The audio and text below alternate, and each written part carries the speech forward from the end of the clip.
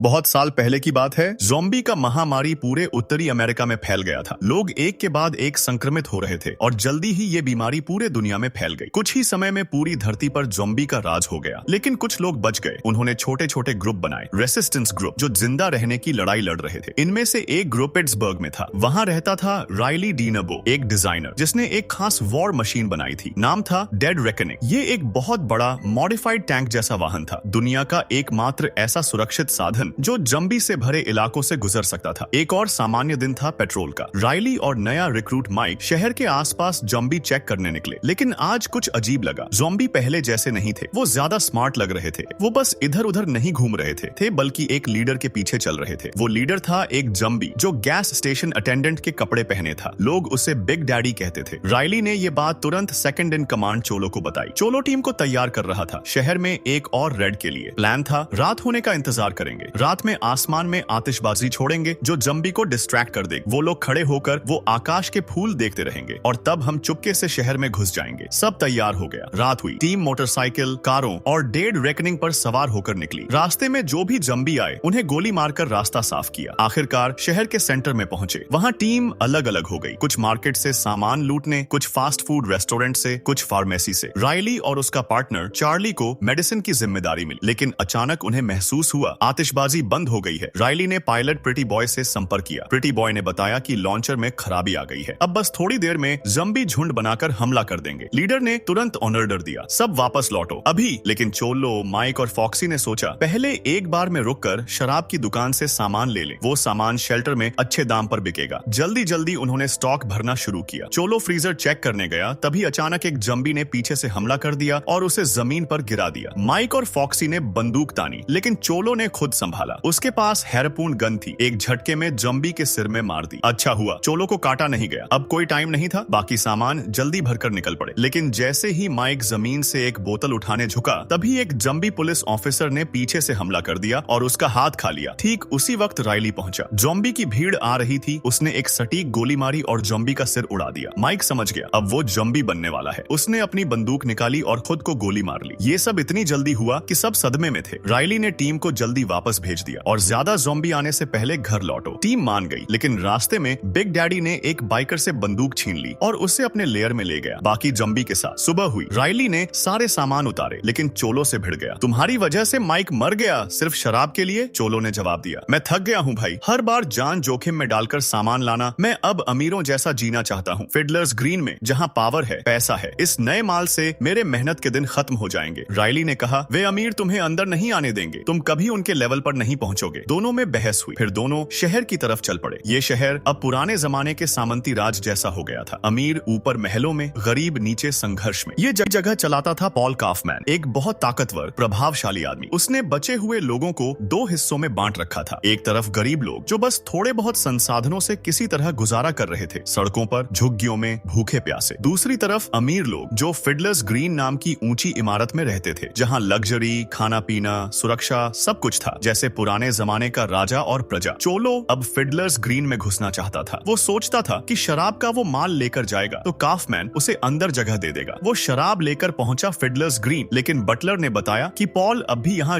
नहीं है। चोलो बोला, ठीक है, मैं बाद में आता हूँ। तभी उसे पास की एक अपार्टमेंट से अजीब सी आवाज आई। डर लगा कहीं कुछ गड़बड़ तो नहीं। उसने जोर से दरवाजा लात मारी और अंदर घुसा। वहाँ ही एक बूढ़ा आदमी लटका हुआ था, खुद को फांसी दे चुका था। उसकी बीवी डर से कांप रही थी और उनका बेटा बाप को नीचे उतारने की कोशिश कर रहा था। चोलो ने चेतावनी दी, जल्दी ही ये ज़ॉम्बी बन जाएगा, दूर रहो। और वैसा ही हुआ। बूढ़े की आंखें खुली, रस्सी टूटी और वो ज़ॉम्बी बनकर बेटे पर गिर पड़ा। फिर हमला करने लगा लड़के पर, फिर बीवी की तरफ बढ़ा, लेकिन चोलो ने तुरंत हैरपून या कुछ और से उसके सिर में मार दिया और औरत की जान बचा ली। इधर राइली और चार्ली गैरेज पहुंचे। वो एक डीलर चिहुआहुआ से कार खरीद चुके थे, लेकिन कार गायब थी। राइली को शक हुआ कि चिहुआहुआ ने धोखा दिया। वो सीधा उसके क्लब पहुंचा। ये क्लब बड़ा अजीब था। यहाँ ज़ॉम्बी को एंटरटेनमेंट के लिए इस्तेमाल करते थे, फोटो खिंचवाने के लिए पोज देते और एरेना में एक दूसरे से लड़वाते थे। राइली ने चिहुआहुआ को पकड़ा। मेरी कार कहाँ है? आज ही वापस कर। चिहुआहुआ झूठ बोलने लगा। अरे रिपेयर के लिए भेजी है। लेकिन राइली माना नहीं। बात तय हुई, कार आज ही मिलेगी। जैसे ही राइली निकलने वाला था, उसकी नजर एरेना पर पड़ी। वहाँ नया ज़ॉम्बी बैट लगाया गया था। एक जवान लड़की जो क्लब में काम करती थी। वो ज़ॉम्बी से बचने की पूरी कोशिश कर रही थी, लेकिन हालत खराब थी। राइली का खून खौल गया। ये क्या बर्बरता है? उसने बिना सोचे हथियार निकाले गए और जॉम्बी पर गोली चलानी शुरू कर। पूरा क्लब में हंगामा मच गया। चिहुआहुआ ने मौका देखकर रायली को खत्म करने की कोशिश की, लेकिन उस लड़की ने धक्का देकर चिहुआहुआ को हटा दिया। रायली की जान बचा ली, लेकिन खुद उसके हाथ पर जॉम्बी ने खरोंच मार दी। चार्ली ने सब देखा। उसने शॉटगन उठाई और सही मौके पर चिहुआहुआ के सिर में गोली मार दी। सब कुछ खत्म होने के बाद पुलिस ने सबको जेल में डाल दिया। उस लड़की ने अपना नाम बताया, स्लैक। उसने रायली और चार्ली को थैंक यू कहा, तुमने मेरी जान बचाई। चार्ली ने बताया, रायली शहर से भागना चाहता है, एक कार खरीदी है, कनाडा जाएगा। उम्मीद है वहाँ ज़ॉम्बी महामारी नहीं पहुंची। रायली ने पूछा, तू उस केज में कैसे पहुंच गई? स्लैक ने बताया, मैं मुल्लिगन की मदद कर रही थी। वो एक रेसिस्टेंस ग्रुप चलाता है काफमैन की ज्यादतियों के खिलाफ। तीनों, रायली, चार्ली और स्लैक, आपस में बातें कर रहे थे। शहर से भागने की प्लानिंग, कनाडा की उम्मीद, मुल्लिगन की रेसिस्टेंस। उन्हें क्या पता था कि शहर के बाहर दूर छोर पर बिग डैडी की अगुवाई में ज़ॉम्बी का झुंड पहुंच चुका है। एक ज़ॉम्बी जो कसाई के कपड़े पहने था, उसने दीवार में छेद कर दिया। दूसरी तरफ देखा तो सैनिकों के मजे के लिए उल्टे लटकाए गए जैम ज़ॉम्बी, उन्हें टारगेट बनाकर गोली चलाई जाती थी। ये देखकर बिग डैडी और बाकी ज़ॉम्बी का गुस्सा 7वें आसमान पर पहुंच गया। उनकी आंखों में अब सिर्फ बदला था। अगली सुबह चोलो मिस्टर काफमैन से मिलने गया। वो शराब का माल लौटाने आया था और साथ में वो पैसे भी दिखाए जो उसने आखिरी मिशन से कमाए थे। बोला, अब मेरे पास फिडलर्स ग्रीन में अपार्टमेंट खरीदने के पैसे हैं, मुझे जगह दो। लेकिन रायली ने जो कहा था वही हुआ। काफमैन ने साफ मना कर दिया, कोई जगह खाली नहीं है। चोलो को पता था ये झूठ है। वो गुस्से में भड़क गया, तुम्हारे सारे राज में बाहर कर दूंगा, तुम्हारी सारी करतूतें। काफमैन डरा नहीं, बोला, शांत हो जाओ, बाद में आना। फिर चुपके से एक गार्ड को बुलाया और इशारा किया, जल्दी मौका मिले तो इसे खत्म कर दो। लेकिन चोलो समझदार था। जैसे ही वो सीढ़ियों पर पहुंचे, उसने गार्ड को धक्का मारा, बेहोश किया और उसकी बंदूक छीन ली। अब चोलो ने अपने ग्रुप को बुलाया। प्लान बदल गया, हम शहर छोड़ रहे हैं और डेड रेकनिंग भी साथ ले जा रहे हैं। मिलिट्री बेस पहुंचे। कमांडर से बोला, वाहन ले जाना है। कमांडर बोला, ऑथराइजेशन डॉक्यूमेंट दिखाओ। चोलो ने झूठ मूठ जेब में हाथ डाला जैसे कागज निकाल रहा हो, लेकिन असल में बंदूक तानने वाला था। तभी दूर से एक गोली की आवाज आई। कमांडर हंसा, बस हमारे आदमी प्रैक्टिस कर रहे हैं, एक इन्फ्लेटेबल ज़ॉम्बी डमी पर गोली चला रहे हैं। वो सैनिक प्रैक्टिस जारी रखे हुए थे। तभी पास से आवाज आई। एक ने साथी से कहा, चुप रहो। फिर स्पॉटलाइट घुमाया और सामने बिग डैडी, वो तेजी से बढ़ा आ रहा था। फिर अलार्म बज उठा। सैनिक चिल्लाए, ज़ॉम्बी गेट के सामने। स्नाइपर बंदूकें उठाकर फायर करने लगे, लेकिन ज़ॉम्बी झुंड बनाकर फेंस के सामने इकट्ठा हो गए और आखिरकार फेंस तोड़ दिया। रास्ता साफ। अब ज़ॉम्बी शहर की तरफ बढ़ने लगे, गार्ड्स को खाने लगे। चोलो ने मौका देखा, अपने ग्रुप को बोला, चलो भागो, डेड रेकनिंग ले जाओ। वो सब निकल लिए। थोड़ी दूर जाने के बाद चोलो ने काफमैन को कॉल किया। प्लान बदल गया, अब फिडलर्स ग्रीन में नहीं रहना, अब मुझे $5 मिलियन चाहिए। शहर के पोर्ट पर बोट से पहुंचा दो, अगर नहीं दिया तो तुम्हारा सबसे अच्छा हथियार डेड रेकनिंग खो दोगे। मिडनाइट तक टाइम है, सोच लो। कॉल करते ही काफमैन ने अपने आदमियों को ऑन ऑर्डर दिया, रायली को बुलाओ, मुझे उसकी मदद चाहिए। वो टैंक उसने ही बनाया है, वो ही वापस ला सकता है। कुछ मिनट बाद रायली काफमैन के सामने खड़ा था। काफमैन ने ऑफर रखा, चोलो को खत्म करो, डेड रेकनिंग वापस लाओ, इनाम मिलेगा, जो चाहो। रायली ने काफमैन की बात मान ली, लेकिन शर्त रखी, मेरी वो चोरी हुई कार वापस दो और कनाडा जाने के लिए ढेर सारी गोली बारूद भी। मैं चार्ली और स्लैक को साथ लेकर जा रहा हूँ। काफमैन ने हामी भरी, लेकिन सख्ती से कहा, मिडनाइट तक डेड रेकनिंग वापस लाओ, वरना कुछ नहीं मिलेगा। डील पक्की हुई। रायली को आर्मरी ले जाया गया। वहाँ चार्ली और स्लैक पहले से थे। दोनों ने वॉलंटियर किया था मिशन में साथ जाने को। हथियार, गोला बारूद इकट्ठा किया जा रहा था। काफमैन ने 3 और फाइटर भेजे थे, मैनोली, मोटाउन और पिल्सबरी। अब टीम पूरी हो गई। सब मिलकर एक वाहन ढूंढने निकले, लेकिन मिलिट्री बेस तबाह पड़ा था। चारों तरफ तबाही, लाशें बिखरी हुई। रायली समझ गया, ये ज़ॉम्बी का काम है। वो अब शहर के और करीब आ चुके हैं। मैनोली बोला, यहाँ तो नदी है चारों तरफ, सुरक्षित जगह है। रायली ने सिर हिलाया, नहीं भाई, अब ये ज़ॉम्बी पहले जैसे नहीं, स्मार्ट हो गए हैं, कोई ना कोई रास्ता ढूंढ लेंगे वो पार आने का। फिर भी सबसे जरूरी था डेड रेकनिंग जल्दी से रिकवर करना। रायली और मैनोली एम्यूनेशन के लिए वेयर हाउस की तरफ गए। इधर स्लैक, मोटाउन एंड पिल्सबरी एक पिकअप ट्रक को हॉट वायर करके स्टार्ट करने की कोशिश कर रहे थे। चार्ली अपनी बंदूक तैयार कर रहा था। स्लैक ने पूछा, तेरे चेहरे पर ये निशान कैसे लगे? चार्ली ने हल्के से मुस्कुराकर बताया, कुछ समय पहले आग में फंस गया था, आधा चेहरा जल गया। रायली ने मेरी जान बचाई, तब से मैंने फैसला किया, मैं उसकी रक्षा करूंगा अपनी बंदूक से। अचानक चार्ली ने बंदूक स्लैक की तरफ तान दी। स्लैक भी शक से अपनी बंदूक तान दी। फिर चार्ली ने ट्रिगर दबाया, लेकिन गोली स्लैक को नहीं लगी। वो गोली उस ज़ॉम्बी के सिर में लगी जो पीछे से स्लैक को काटने वाला था। वेयरहाउस में रायली और मैनोली पहुंचे। एम्यूनेशन मिल गई, लेकिन चारों तरफ ज़ॉम्बी का झुंड किसी शिकार को खा रहे थे। दोनों ने फटाफट सटीक शॉट्स मारे, ज़ॉम्बी खत्म किए और सारा जरूरी गोला बारूद उठा लिया। सब तैयार। ट्रक में बैठे निकलने ही वाले थे कि मैनोली को लगा कोई हाथ उसकी बांह पकड़ रहा है। देखा तो एक ज़ॉम्बी सिर गायब लग रहा था, लेकिन असल में सिर पीछे की तरफ छिपा था। अचानक उसने सिर आगे किया और मैनोली की बांह में काट लिया। रायली ने तुरंत गोली मारी। ज़ॉम्बी खत्म, लेकिन सब जानते थे मैनोली अब ज़ॉम्बी बनने वाला है। रास्ते में स्लैक ने पूछा, कितनी देर में कोई जम्बी बन जाता है? राइली बोला, 1 घंटे से भी कम। स्लैक ने बिना सोचे बंदूक निकाली और मैनुअली को गोली मार दी ताकि वो ग्रुप को खतरे में न डाले। ये दूसरा झटका था, लेकिन रुकना नहीं था। राइली ने ट्रैकर से डेड रेकनिंग का लोकेशन ढूंढ लिया। रास्ते में बीच में राइली ने ट्रक रोका। मोटाउन और पिल्सबरी से बोला, सुनो, मैं डेड रेकनिंग काफमैन को वापस नहीं ले जा रहा। मैं चोलो की कार लेकर शहर से भाग रहा हूँ, चार्ली और स्लैक के साथ। जो सहमत नहीं वो अभी उतर जाए। फिर इशारा किया जंगल की तरफ। देखो, और ज़ॉम्बी आ रहे हैं, फैसला जल्दी करो वरना सब मर जाएंगे। कोई चारा नहीं था, सबने हामी भरी। ट्रक फिर चला डेड रेकनिंग की तलाश में। डेड रेकनिंग, वो विशाल टैंक शहर से दूर दूर तक चला जा रहा था। आखिरकार चोलो ने रुकने का इशारा किया। उसने अपने आदमी माउस को बुलाया, तू शहर के पोर्ट पर रुक जा, छिपकर बैठ, काफमैन वादा निभाएगा, मिडनाइट तक बोट से पैसा भेजेगा। माउस ने हामी भरी। वो नदी किनारे एक पुरानी झोपड़ी में छिप गया, बंदूक साथ में। समय बीतता गया, कोई बोट नहीं दिखी। माउस बोर होकर अपने हेडफोन में गाना सुनने लगा। आंखें बंद कर ली। अचानक खटखट बाहर से आवाज आई। माउस ने स्केटबोर्ड पर सवार होकर खिड़की से झांका। बाहर एक ज़ॉम्बी की परछाई दिखी। बिना सोचे उसने बंदूक उठाई और फायर कर दिया। ज़ॉम्बी गिर पड़ा, लेकिन समस्या ये हुई, गोली की आवाज ने और ज़ॉम्बी खींच लिए। कुछ ही सेकंड में माउस चारों तरफ से घिर गया। वो चीखा, लड़ता रहा, लेकिन ज़ॉम्बी झुंड ने उसे खा डाला। इधर चोलो की गैंग झील के किनारे इकट्ठी हुई। शहर को घेरती हुई विशाल झील पार करना नामुमकिन लग रहा था। सब डर गए, लेकिन बिग डैडी आगे बढ़ा। वो सबसे पहले पानी में कूदा, बीच में डूब गया, लगने लगा, लेकिन ज़ॉम्बी डूबते नहीं। वो पानी में चलने लगा, धीरे धीरे उथले हिस्से तक पहुंचा। बाकी ज़ॉम्बी भी पीछे पीछे। जल्दी ही पूरा झुंड शहर में घुस आया। भूख से पागल सबसे पहले गरीब इलाकों पर टूट पड़े। दूर चोलो को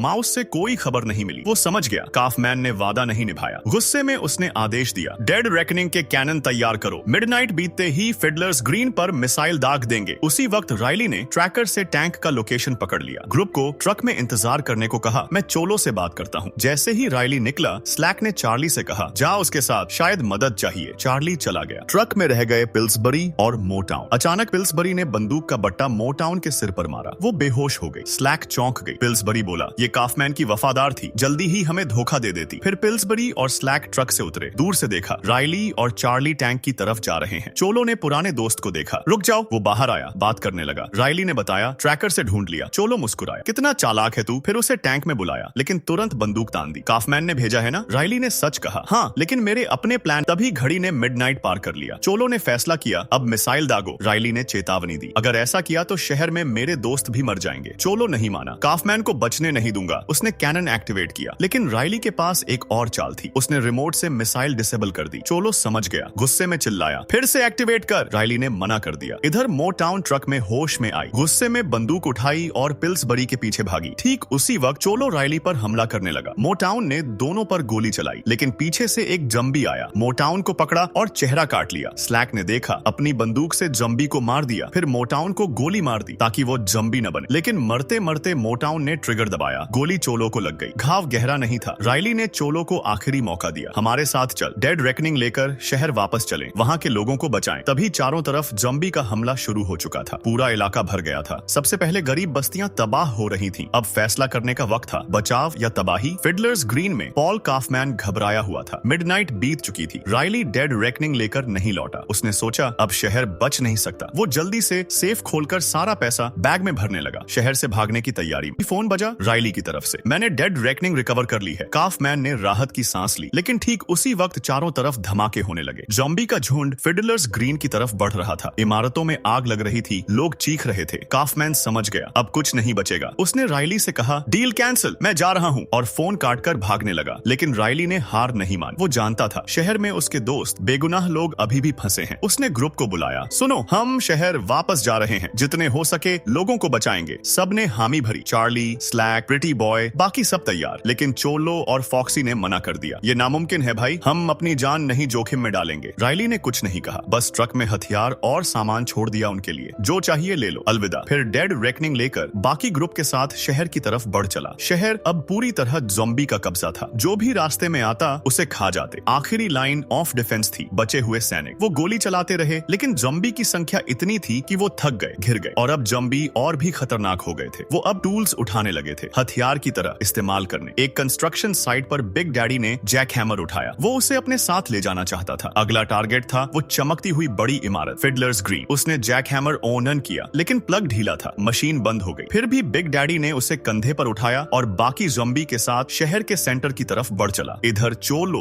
और फॉक्सी शहर से निकलने की कोशिश कर रहे थे। अचानक पीछे से ज़ॉम्बी की आवाज। चोलो ने फटाफट हैरपून गन तानी, एक ज़ॉम्बी का सिर उड़ा दिया, लेकिन दूसरा ज़ॉम्बी अचानक साइड से आया और चोलो का हाथ काट लिया। चोलो गुस्से में उसका सिर कुचल दिया, लेकिन अब फायदा नहीं। वो जानता था अब वो ज़ॉम्बी बनने वाला है। फॉक्सी रो पड़ा। भाई क्या तू चाहता है मैं तुझे सम्मानजनक अंत दूं? चोलो ने सिर हिलाया। नहीं, मुझे एक आखिरी काम करना है शहर में, तू जा। फॉक्सी चला गया और चोलो अकेला शहर की तरफ मुड़ा। राइली और ग्रुप डेड रेकनिंग पर थे, लेकिन रास्ते में नदी आ गई। पुल ब्लॉक था। राइली ने ऑर्डर दिया, सब टैंक में बंद हो जाओ। वो खुद कंट्रोल रूम में गया, अंदर लीवर खींचा। पुल धीरे धीरे नीचे आने लगा। रास्ता साफ हो रहा था, लेकिन जैसे ही राइली बाहर निकलने वाला था, पीछे से एक ज़ॉम्बी ने हमला कर दिया। राइली ने चिल्लाया हेल्प, लेकिन स्लैक और बाकी लोग बाहर ज़ॉम्बी के झुंड से लड़ रहे थे। डेड रेकनिंग चारों तरफ से घिर गई थी। ज़ॉम्बी राइली को काटने ही वाला था कि राइली ने देखा पुल के किनारे एक मशीनरी नीचे आ रही है। उसने ज़ॉम्बी को पकड़कर मशीनरी से दबा दिया। सेकंडों में उसका सिर कट गया। पुल साफ, लेकिन डेड रेकनिंग अब भी ज़ॉम्बी के घेरे में। स्लैक ने देखा राइली बाहर है। ऊपर का दरवाजा खोलो, वो छत से आएगा। राइली टैंक के सामने चढ़ा। कुछ ज़ॉम्बी ने उसे खींचने की कोशिश की, लेकिन प्रिटी बॉय ने टैंक तेज किया, सबको कुचलते हुए आगे बढ़ा। राइली छत पर पहुंचा, मिसाइल का लॉक हटाया। अब वो इस्तेमाल हो सकती थी, लेकिन किसी को पता नहीं था पीछे से एक ज़ॉम्बी टैंक पर चिपक गया था। डेड रेकनिंग पूरी स्पीड से शहर की तरफ बढ़ रही थी। शहर अब पूरी तरह ज़ॉम्बी का कब्जा था। गरीब बस्तियां हो या फिडलर्स ग्रीन की चमकती इमारतें, हर जगह तबाही मची हुई थी। फिडलर्स ग्रीन में बिग डैडी और उसका ज़ॉम्बी आर्मी ग्लास के दरवाजे तोड़कर अंदर घुस आए। चारों तरफ खून की नदियां बह रही थीं, चीखें गूंज रही थीं। बीच में काफमैन अपनी जान बचाने की कोशिश कर रहा था। उसके साथ उसका बटलर था। दोनों गैरेज की तरफ भागे। रास्ते में बिग डैडी से सामना हो गया। काफमैन ने बंदूक तानी, कई गोली मारी, लेकिन ज़ॉम्बी टस से मस नहीं हुआ। वो पीछा करने लगा। काफमैन गैरेज पहुंचा, कार में घुस गया। बटलर गेट खोलने गया, लेकिन बिग डैडी को देखकर डर के मारे भाग खड़ा हुआ। काफमैन ने कार लॉक कर ली। बिग डैडी ने दरवाजे खोलने की कोशिश की, नहीं खुले। फिर उसकी नजर पास के फ्यूल टैंक पर पड़ी। उसने होज उठाया, विंडशील्ड तोड़ी और कार के अंदर पेट्रोल डाल दिया, फिर बाहर निकल गया। काफमैन ने सोचा मौका मिला। वो कार से निकला, लेकिन सामने एक और ज़ॉम्बी। उसने बंदूक निकाली, गोली चलाई, ज़ॉम्बी गिर पड़ा। काफमैन ने चाबी वापस कार में डाली, लेकिन वो ज़ॉम्बी फिर उठ खड़ा हुआ और अब सच सामने आया। वो ज़ॉम्बी चोलो था। अपनी आखिरी ताकत से वो बदला लेने आया था। चोलो ने काफमैन पर हमला किया, लेकिन ठीक उसी वक्त बिग डैडी लौटा, हाथ में ब्रेजियर, जलता कोयला लिए। उसने वो ब्रेजियर पेट्रोल पर फेंका, आग लग गई। सेकंडों में कार में धमाका हुआ, बड़ी बड़ी लपटें उठी। चोलो और काफमैन दोनों की लाशें जलकर राख हो गईं। दूर कुछ बचे हुए लोग भाग रहे थे, लेकिन इलेक्ट्रिक फेंस ने रास्ता रोक लिया। पीछे से ज़ॉम्बी आ गए। राइली ने ग्रुप को बोला आतिशबाजी छोड़ो, उन्हें डिस्ट्रैक्ट करो। कुछ पल के लिए काम किया। ज़ॉम्बी रुक गए, रोशनी देखने लगे, लेकिन अब वो पहले जैसे नहीं थे। जल्दी ही रोशनी को इग्नोर करके फिर हमला करने लगे। फिर डेड रेकनिंग पहुंची। चारों तरफ तबाही। इलेक्ट्रिक फेंस के पास बचे लोग मारे जा चुके थे। राइली को लगा सब बेकार हो गया। उसने ऑर्डर दिया, मिसाइल दागो, सब ज़ॉम्बी खत्म करो। मिसाइल चली, धमाकों से पूरा इलाका हिल गया। ज़ॉम्बी का झुंड तबाह हो गया, लेकिन तभी और सर्वाइवर दिखे, मुलिगन की अगुवाई में। वो ज़ॉम्बी आर्मी से बचकर निकल आए थे। आखिरकार हालात काबू में आए। काफमैन अब नहीं रहा। शहर के लोगों को मौका मिला एक बेहतर शहर बनाने का, जहां अमीर गरीब का फर्क न हो। मुलिगन ने राइली से कहा हमारे साथ रहो, इस नई शुरुआत में मदद करो। राइली ने मुस्कुराकर मना कर दिया, नहीं भाई, मेरा प्लान वही है, कनाडा जाना, चार्ली और स्लैक के साथ। मुलिगन ने शुभकामनाएं दी। ग्रुप ने सामान पैक किया, तैयार हुए। अचानक छत से एक ज़ॉम्बी कूदा और एंकर पर गिरा। राइली दौड़ा, लेकिन पिल्सबरी ने पहले ही गोली मार दी और बॉडी नीचे फेंक। अब रास्ता साफ, लेकिन रवाना होने से पहले राइली ने देखा बिग डैडी अपनी ज़ॉम्बी आर्मी लेकर शहर से दूर जा रहा था। स्लैक बोली अभी खत्म कर दें उन्हें। राइली ने सिर हिलाया, नहीं, वो भी एक नया घर ढूंढ रहे हैं, ठीक वैसे ही जैसे हम। इंसान और ज़ॉम्बी की लड़ाई अभी के लिए खत्म। फिर डेड रेकनिंग उत्तर की तरफ चल पड़ी। राइली, चार्ली, स्लैक और बाकी साथी उम्मीद लिए एक नई जगह, एक नई जिंदगी की। तो दोस्तों, इस मूवी के बारे में आप क्या सोचते हैं? कमेंट में बताना मत भूलना। अगर वीडियो पसंद आया तो लाइक कर दो, सब्सक्राइब कर लो। ऐसे ही और मूवी स्टोरी के लिए मिलते हैं अगली वीडियो में।